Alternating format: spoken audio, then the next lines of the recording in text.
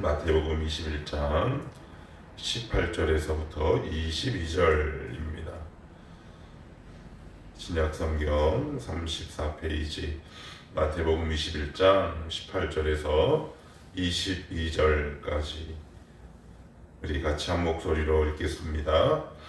이른 아침에 성으로 들어오실 때 시장하신지라 길가에서 한 무화과 나무를 보시고 그리로 가사 잎사귀밖에 아무것도 찾지 못하시고 나무에게 이르시되 이제부터 영원토록 내가 열매를 맺지 못하리라 하시니 무화과 나무가 곧 마른지라. 제자들이 보고 이상히 여겨 이르되 무화과 나무가 어찌하여 곧 말랐나이까. 예수께서 대답하여 이르시되 내가 진실로 너희에게 이르노니 만일 너희가 믿음이 있고 의심하지 아니하면 이 무화과 나무에게 된 이런 일만 할 뿐 아니라 이 산더러 들려 바다에 던져지라 하여도 될 것이요 너희가 기도할 때 무엇이든지 믿고 구한 것은 다 받으리라 하시니라. 아멘. 오늘 우리가 읽은 이 본문 말씀은 주님이 예루살렘 성에 들어가셔서 이제 마지막 주간, 이제 요 한 주간이 지나면 이제 주말에 이제 십자가에 못 박히는 바로 그 주간입니다. 자, 18절에 보시면 이른 아침에 성으로 들어오셨다라고 적혀 있는데 이제 베다니에 가셨다가 이른 아침에 다시 예루살렘으로 들어오실 때를 이야기합니다. 여기 보시면 이른 아침이라고 되어 있는데 이건 지금의 우리나라 시간으로 약 새벽 3시에서 6시 정도의 시간을 가리킵니다. 그러니까 굉장히 이른 시간을 얘기하는 거죠. 왜 이렇게 이른 시간에 나오셨는가? 이제 굉장히 중요한 사건을 앞두고 있기 때문이죠. 18절 저 끝에 보시면 시장하신지라. 너무 일찍 출근하다가 아침밥을 못 먹은 현대인들처럼 주님도 아침 드실 시간이 없을 만큼 그 주간에 해야 할 일들이 굉장히 많이 있으셨다라고 오늘 성경은 말하고 있습니다. 이른 아침에 식사를 하실 수 없을 정도로 바빴다라는 얘기죠. 하나님의 일과 인간의 본능과 필요가 이렇게 충돌할 때가 있습니다.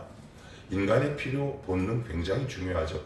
그것이 또한 채워져야 우리가 일상을 살아갈 수 있습니다. 그러나 때로는 선택과 집중이 굉장히 필요할 때가 있습니다. 근데 주님은 늘 아침을 걸으시는 것이 아니라 이번 주간에 해야 할 일이 너무나 많으신 일이 많기 때문에 식사하는 것을 잠시 미루시고 그리고 하나님께서 맡겨주신 사명을 감당했다라고 오늘 성경은 말하고 있습니다. 이 말씀을 오해하지 않았으면 좋겠습니다. 굶고 일하라 라는 단순한 의미로 해석하지 말고 때로는 하나님의 일과 내가 해야 될 일이 충돌했을 때 어떤 것을 먼저 해야 하는지 선택과 집중이 굉장히 중요한데 지금 이 상황에서는 주님은 아침을 걸으실 정도로 주님의 일에 올인하셨다라고 보면 됩니다. 지혜가 필요하고 때로는 결단이 필요한 부분이기도 합니다. 결국 우리의 인생은 이 두 가지로 결정되죠. 내가 무엇을 선택하고 무엇을 집중하느냐에 따라 내 인생의 질이 결정되게 되어 있습니다. 그래서 우리는 늘 이 선택에 대한 대가를 치르고 그 길에 의해 나의 삶이 좌우됩니다. 그래서 어떤 일이 급할 때, 어떤 일이 긴급할 때 내가 지금 무엇을 먼저 해야 하는지 하나님 앞에 묻는 지혜가 우리 가운데 굉장히 필요하다. 예를 들면 급한 회사 일이 있고 덜 급한 교회 일이 있습니다. 아니면 더 빨리 해야 될 교회 일이 있고 덜 급한 직장 일이 있을 수 있다. 그래서 어떤 것을 무조건 이것만 먼저 하라가 아니라 선택과 집중이 지금 되게 필요하다. 그래서 지금 여러분들에게 아마 여러 가지 일들이 다가오겠죠. 회사 일도 오겠고 뭐 이런저런 일도 오겠는데 여기서 과연 나는 어떤 일에 선택하고 집중할 것인가는 굉장히 중요한 일이다. 그런데 주님은 한 주간밖에 남지 않았기 때문에 당신의 끼니를 잠시 뒤로 미루시고 하나님의 일에 선택과 집중하셨다. 이렇게 이해하시면 좋은데 이제 시장을 하셨어요. 시장 딱 배가 너무 고프셨나 봐요.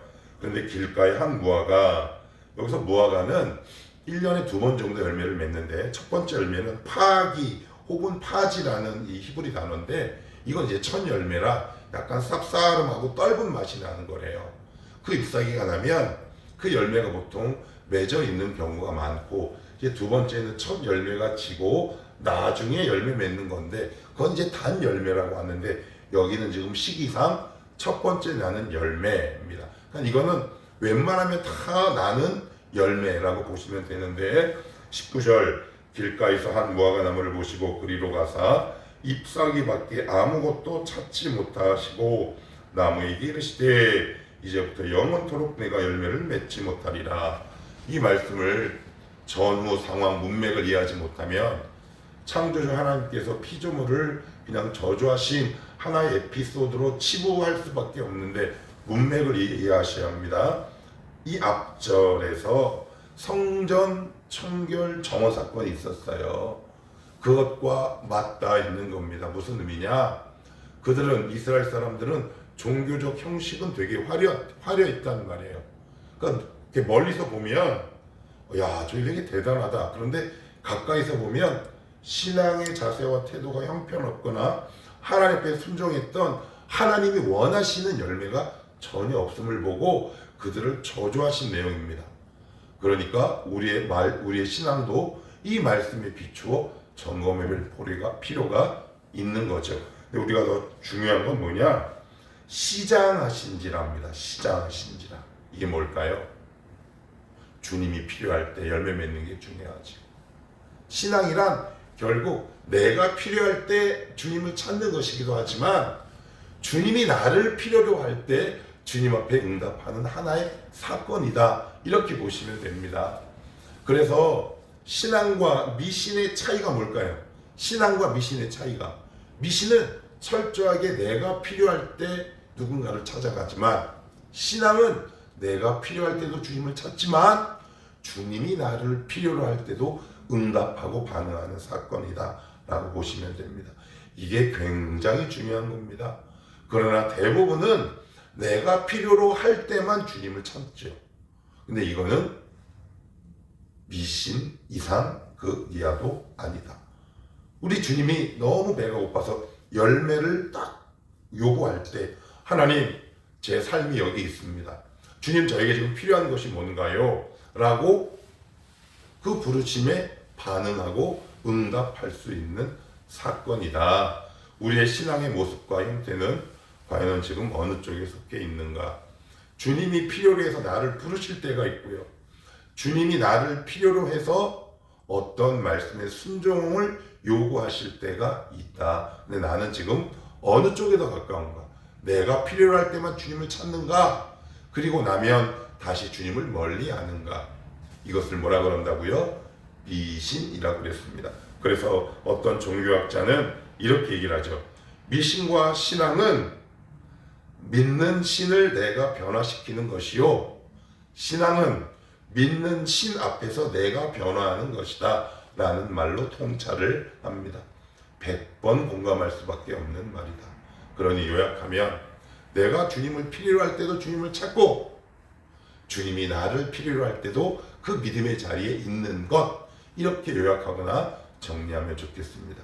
그러면 우리는 어떤 신앙인가 한번 점검할 필요가 있죠. 그랬더니 19절 나무가 곧 말라요. 그러니까 제자들이 보기에 얼마나 신기하겠어요. 그죠? 이런 일을 한 번도 겪은 적 없는데 주님이 말씀을 선포하자마자 나무가 뿌리째 싹 말라버리니까 제자들이 그 광경을 보고 뭐라고 질문할까요? 와, 주님, 이게 왜 이렇게 말랐나요? 그런데 여기서 제자들이 이 질문한 내용 20절 보시면 제자들이 보고 이상히 여겨 이르되 무화과 나무가 어찌하여 곧 말랐나이까? 그래요. 이게 왜 이렇게 말랐나요? 어떻게 해서 말랐나요? 이유와 원인을 묻는 겁니다. 이유와 원인. 야, 주님 놀랍네. 방법도 묻는 거죠. 그러니까 이 물리적인 변화와 그리고 생물학적인 변화에 마음이 혹한 거예요.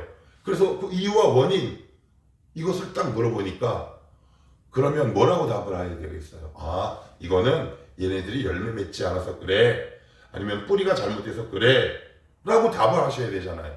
그런데 21절은 동문서답하고 계세요. 제자들의 질문과 전혀 다른 맥락의 답을 하고 계시는데 21절은 같이 한번 읽어봅니다. 시작.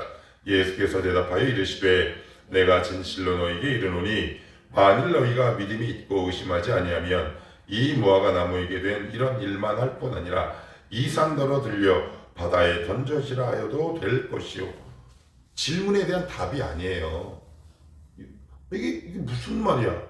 왜 말랐고 어떻게 말랐어요? 라고 질문했는데 갑자기 믿음 이야기를 갑자기 툭 하고 꺼내시는데 이유가 있습니다. 그건 뭐냐?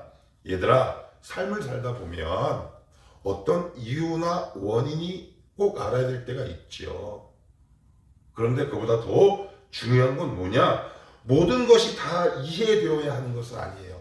여러분 신앙생활을 할 때 특별히 2030들, 특별히 지적으로 예민하고 섬세한 시기에 저도 그 과정을 겪었지만 하나님 이거 왜 이래요? 라고 하나님께 질문할 수도 있어요. 그러나 때로는 하나님이 침묵하실 때가 있습니다. 왜? 설명을 해줘도 다 모르고 지금 이 사람에게 필요한 것은 이유와 원인이 아니라 또 다른 삶의 방법을 제시하는 것이 더 중요하실 때가 있다는 말이에요. 그래서 내가 지금 납득되거나 이해되지 않더라도 나는 분명히 이렇게 기도했는데 하나님 왜 이렇게 말씀하시지? 그럼 또 이렇게 기도합니다. 하나님 이거 왜 그래요? 그런데 주님은 그렇게 응답하시지 않고 얘야 그게 중요한 게 아니라 이게 더 중요해 라고 내 기도와 다르게 다른 종류의 말씀을 나에게 하실 때가 있어요. 이해되거나 검증되어야 믿음의 길을 걸어갈 수 있는 게 아니다라고 지금 말씀하고 있는 겁니다. 새로운 시대에는 믿음과 기도가 굉장히 중요하다라는 말씀을 지금 하고 싶으신 거예요.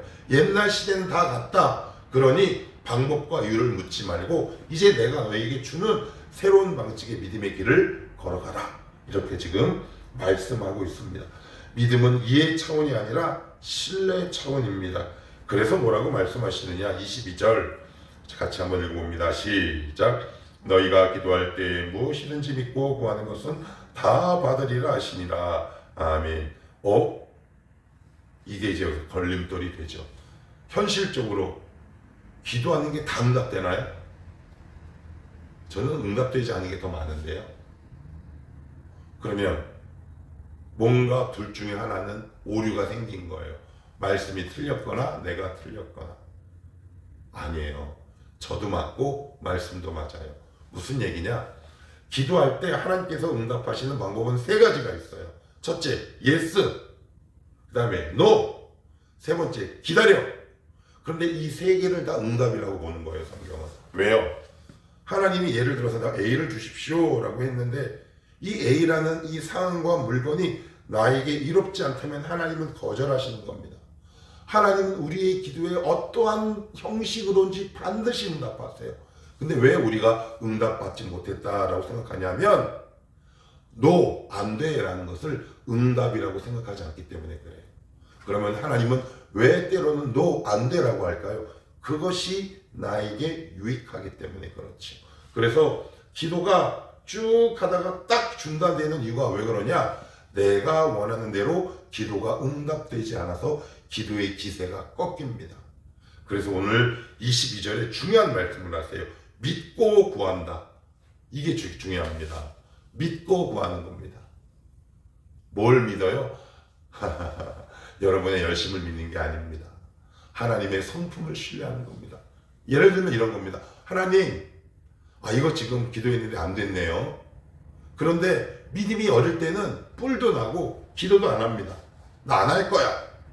그런데 철이 들고 믿음이 자라가면 기도가 이렇게 바뀌죠. 하나님, 저 이렇게 기도했는데 왜 안 돼요? 저 좀 마음이 속상해요. 저 기도하고 싶은 마음이 뚝 떨어졌어요. 그러면 이것을 하나님께서 거절하신 이유가 뭘까요? 라고 묻는 것도 기도입니다. 이게 되게 중요하죠. 그런 경험들이 쌓여서 기도를 통해 하나님과 나와의 신뢰의 관계가 깊어집니다. 그래서 여러분 기도는 절대로 도깨비 방망이가 아니다. 생각해 봅시다. 내가 하는 모든 기도가 다 옳습니까? 내가 하는 모든 기도가 응답받는다는 얘기는 내 기도가 전적으로 옳아야 합니다. 그러나 우리는 타락한 존재입니다. 나쁜 동기로 기도할 때도 있죠. 악한 동기로 기도할 수 있고 이기적인 마음으로 기도할 수 있어요. 그러면 그것까지 다 들어줘야 하나님이 선하신 건가요? 안 그렇죠. 때로는 no, 때로는 기다려, 안 돼, yes, 이 세 가지가 우리의 기도의 삶에 늘 있는 거예요. 그래서 내가 원하는 대로 기도의 응답이 되지 않았을 경우에 이렇게 물어보셔야 합니다. 하나님, 말씀에 보니까 믿고 구하라고 하시는데요. 이 상황이 저에게 납득이 잘 되지 않지만 하나님이 나를 주님을 신뢰하라고 말씀하셨다오니 제가 여기서 조금 더 기도해 볼게요 라는 것이 성도의 도리다 라는 뜻으로 말씀합니다. 여러분 오해하지 마십시오. 기도는 진이의 램프도 아니고 도깨비 방망이도 아니다. 기도는 주님의 성품을 깊이 알아가는 하나님의 놀라운 선물입니다. 최근에 어떤 응답을 받으셨습니까? 최근에 어떤 거절을 당하셨습니까? 저도 최근에 거절당해서 속상했던 적이 참 많이 있습니다.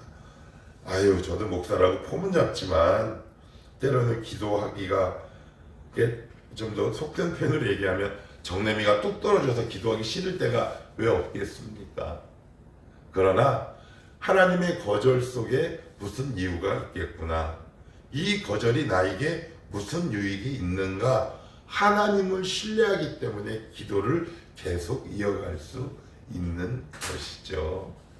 여러분 기도가 지금 중단되셨습니까? 여러분의 뜻대로 되지 않아서 막 속이 상하셨습니까? 그러면 세 가지를 살펴봅시다. Yes, No, 기다려.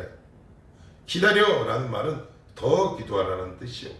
아니야 라는 말은 다른 방향으로 기도해 라는 것이요. Yes 라는 것은 승인이 떨어진 것이죠. 이 세 가지를 다 주님은 응답이다 라고 말씀하고 있어요. 그런데 우리는 응답을 어떻게만 이해하느냐? 내가 문자적으로 기도한 내용 그대로 응답받는 것만을 응답이라고 생각하기 때문에 우리의 기도의 노트에 응답란이 없어요. 이제는 거기서 넓히셔야 합니다. 그래야 하나님을 더 깊이 이해하고 알아갈 수 있다. 우리의 기도의 삶이 이랬으면 좋겠습니다. 때로는 거절당할 수도 있죠. 하나님이 안 돼라고 할 수도 있습니다. 그러나 이것만큼은 기억하면 좋겠습니다. 하나님은 어떤 일을 하시든지 당신의 백성을 위해서 일하신다. 이 한 가지 사실만 꼭 붙들고 여러분들의 기도의 삶이 중단되지 않았으면 좋겠습니다. 기도합시다.